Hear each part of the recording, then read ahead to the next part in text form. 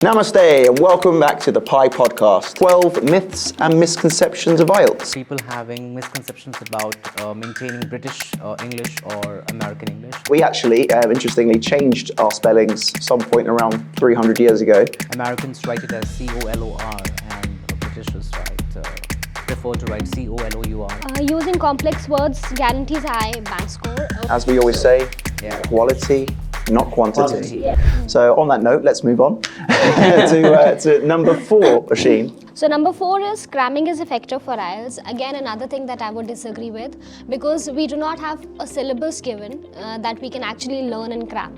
The students cannot by heart the syllabus. So for that reason, I believe instead of cramming, doing the last minute mugging up, it's better if the student is actually understanding the concepts and should be able to understand the structure. And if the student is able to follow the structure, is surely able to get good bands. Absolutely. So cramming, I don't believe is going to help the student. No. And to be very honest, Nick, when the student is actually in the examination hall, out of that nervousness, even if somebody has crammed something, is likely to forget it. So there, making more mistakes is something that we see a lot. It's so obvious when someone crams, isn't Yes. it? Learning is all about a journey and a process. Yes. And of course there are milestones when it comes to learning, but you're not just going to go from one milestone to another in a day. Yes. You might get there in a week, maybe, but yes, you've got to be doing less is more sometimes when it comes to learning. Do work less hours in a day, but do it more frequently. Yes. And this is why we say, try to speak at least for 20 minutes a day with somebody, and you'll go to bed, you can reflect. We have amazing things that happen when we sleep, and it really helps consolidate all our learning. Yes. And you'll often find with crammers that they're cramming right to the end of a test, and then they're not sleeping right. And sleeping is so essential for holistic body health, for your mental health, but obviously for your learning as well. And as a teacher for 9 years at my high school, I could tell the students that were going to not do so well in the exam, but I did admire their last-minute efforts. You could see them with textbooks, just going through it. The funniest was when they were doing their Spanish or French exams.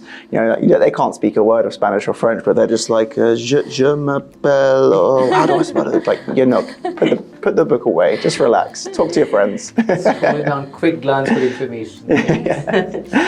So moving on to number 5. We need specialized knowledge for the topics. Perhaps absolutely no, because we all come from different walks of life. Some are very fortunate to be exposed to certain topics. Like I said yesterday, in the previous podcast we mentioned, emotions do block people. That not necessarily I may be familiar with particular topic, but I would want to know, and I would want to paraphrase the information to enhance the answer.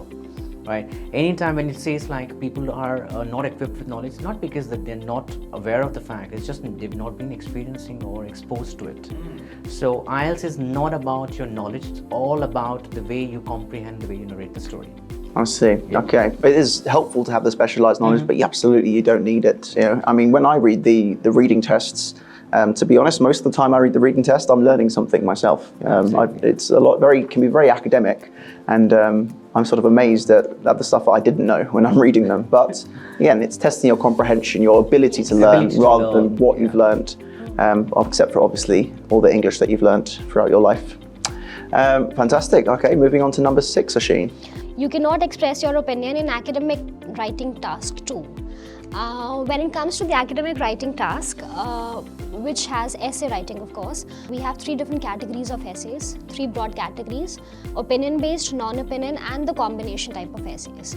So when it comes to opinion-based essays, where actually the writer, the examiner is asking for your opinion, you will have to give your opinion. So if you do not give your opinion there, you end up losing bands. For the non-opinion essay, since it is under the category non-opinion, you're not supposed to give your opinion. So there, if you end up giving opinion, then you lose bands.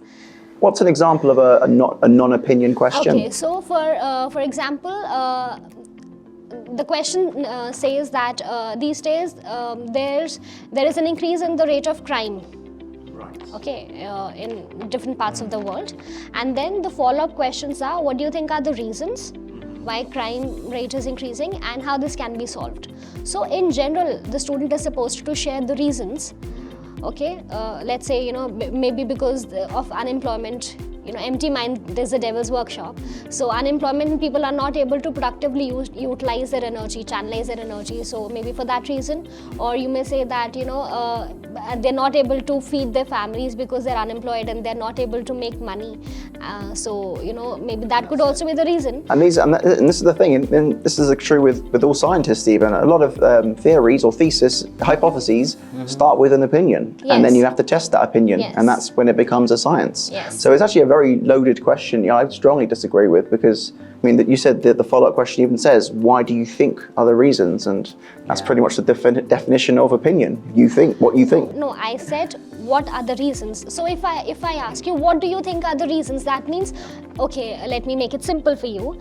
I would consider a question as an opinion-based question when there is one opinion already given in the question, and you have to agree or you disagree. Like you have to back that opinion, or probably you can disagree to that.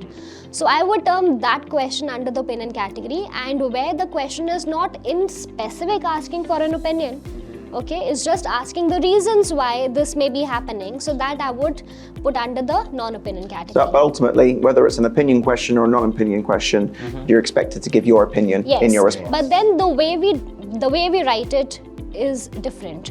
So if it is an opinion-based question, I would suggest the student to specifically mention that I absolutely agree with this. And if it is a non-opinion question, that means reasons. So I believe that these could be the reasons. So I'm not supporting whether crime rate should increase or it should not, but I'm simply giving the reasons out of my understanding that this could be the reason why this is happening. That's right, and an opinion is much, much better when you can justify it with reasons. You have to, yes. Absolutely. You don't have any other choice. So yeah, do give opinion, but make sure you justify it as well to support Just the it. cause for it, basically, because there are a lot many causes that actually that problem has arisen and the reason has been established. So we are supposed to identify the cause for that reason. Absolutely. Why people are doing more that.